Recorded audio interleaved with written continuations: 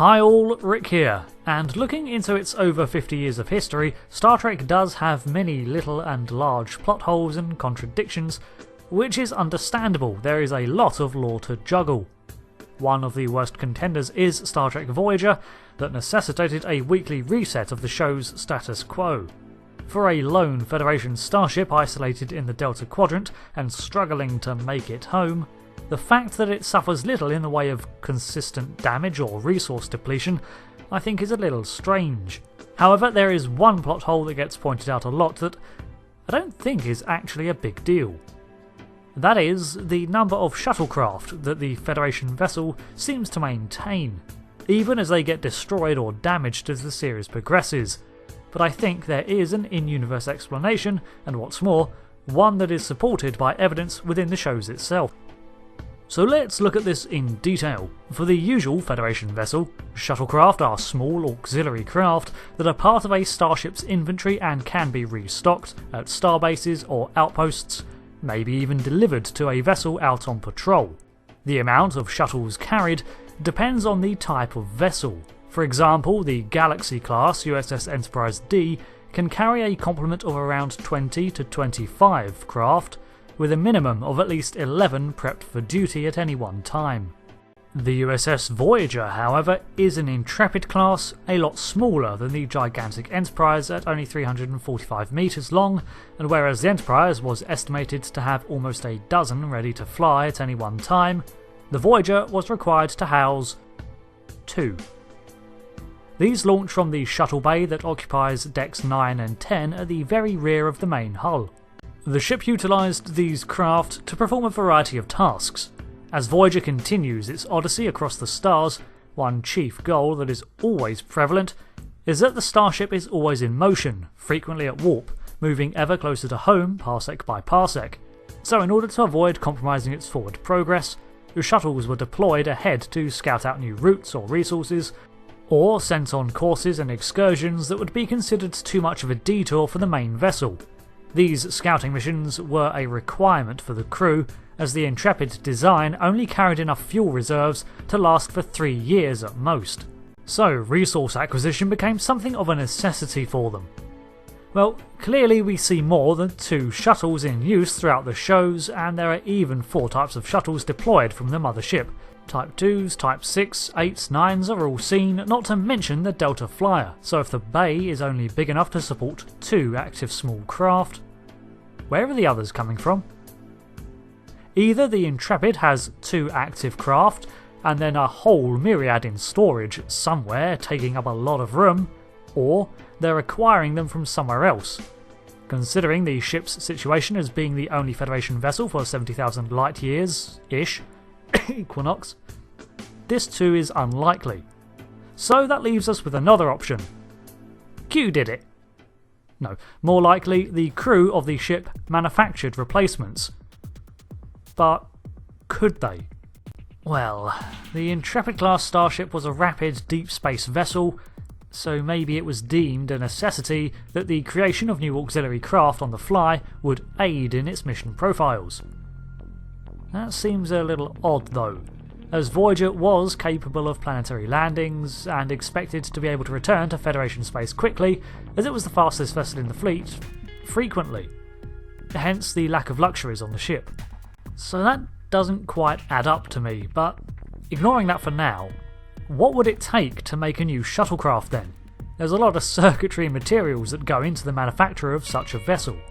Replicators are capable of producing many materials, compounds and items, fully formed, based on schematics stored in the computer, and among these files are the blueprints for many craft, for maintenance purposes to Voyager and the shuttles. So they had the know-how to create more, but did they have the capability? One of the earliest modifications to the USS Voyager saw the switching out of some of its bioneural gel packs for the slower but more reliable processing power of isolinear circuitry. Unless the ship had banks of unused spare parts, I would suggest that producing such circuitry is well within the capabilities of the engineering staff and replicators. The same can be said of hull plating. Voyager takes a lot of damage over its 7 years in the Delta Quadrant, and much of that is repaired, meaning that they have the supplies, or at least acquired supplies along the journey, to repair the hull of the vessel, and if they can do that, they could surely manufacture the frame of a small ship. The only thing I think stands out as a potential problem is that to create new hull panels you'd either need an entire smelting and forging facility akin to those you find on a starbase or shipyard, or an industrial replicator. Such replicators do exist in Star Trek lore and are basically giant replicators which have their recipe list swapped out for a schematics library and are capable of creating compounds and alloys such as duridium, tritanium and other materials used in construction and industry. The only question is, does an Intrepid class have such a piece of equipment? Possibly. I think it would be a wise investment for any Starfleet vessel to have at least one for the purpose of repairs, but I couldn't find a definitive answer. We don't see every day of Voyager's journey, and several events are often alluded to on screen that were not in the shows. Now, I've always interpreted it that during these times there was just not much interesting happening and that duties were running as normal. Honestly, I would have liked to have seen these sorts of things pop up every now and then too. You know, the crew making successful trades to acquire some dilithium crystals, or a quick scavenger hunt on a planet's surface to obtain some ores. Maybe even an opening shot of the hull being repaired. And although we never see that, it must have happened in between the episodes, as the vessel is returned to its fresh, zesty state in time for the next adventure. All that matters for this argument is that they have the ability to repair major hull damage, so therefore they can somehow obtain and produce the necessary raw materials for starship construction. I find it overall not that much of a stretch to be able to fabricate new shuttles, so the last step is looking for the means to do so. And this is one thing that clearly they can do. Tom Paris, B'Elanna Torres, 7 of 9 and others were able to construct an entirely new ship small craft, the Delta Flyer, based off completely original designs.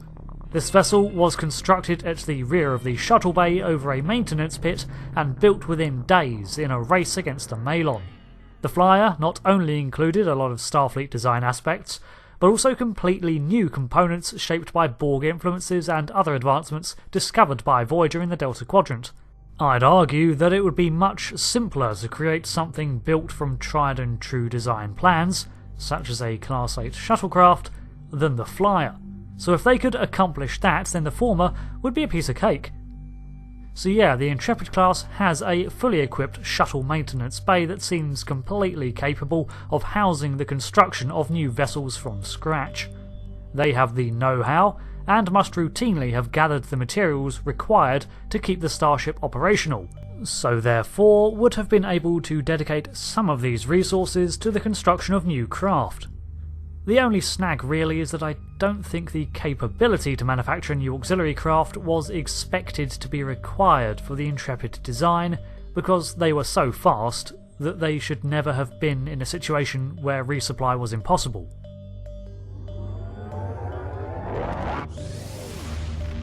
I also think that it would have been a major investment to build a new shuttlecraft too. After all, any antimatter you put into the warp core of a Type 6 shuttle that is then exploded in a fight against the Kazon or something is fuel that could have been added to the Voyager itself. But overall, I think my conclusion is that the USS Voyager could fabricate replacement shuttles, and it's damn lucky that some Starfleet engineer on the Intrepid design team added the required facilities, despite it not fitting the mission profile. Thanks, insistent nameless goldshirt. As for the photon torpedo quantity, probably more of the same. Materials acquired through trade, survey and pit stops, generous use of the replicators and the ingenuity of the crew to put it all together based on the Starfleet archives on the vessel. To be fair to the crew, it was an adapt or die situation they found themselves in, and we do see away teams engaged in barter and scavenging, but only when there's another more interesting plot to be had. Most of this video is speculation based on evidence, but nonetheless, the lack of definitive answers provided by the show does leave a lot to be desired. Shows like Battlestar Galactica clearly displayed the degradation of a vessel, and while not to that extreme, I would have liked to have seen more of the Voyager undergoing repairs. Anyway, I think my headcanon here is at least feasible, so what about you? Any more plot holes that could be rationalised away? I'll see you next time. Thanks again for watching, I've been Rick, and goodbye.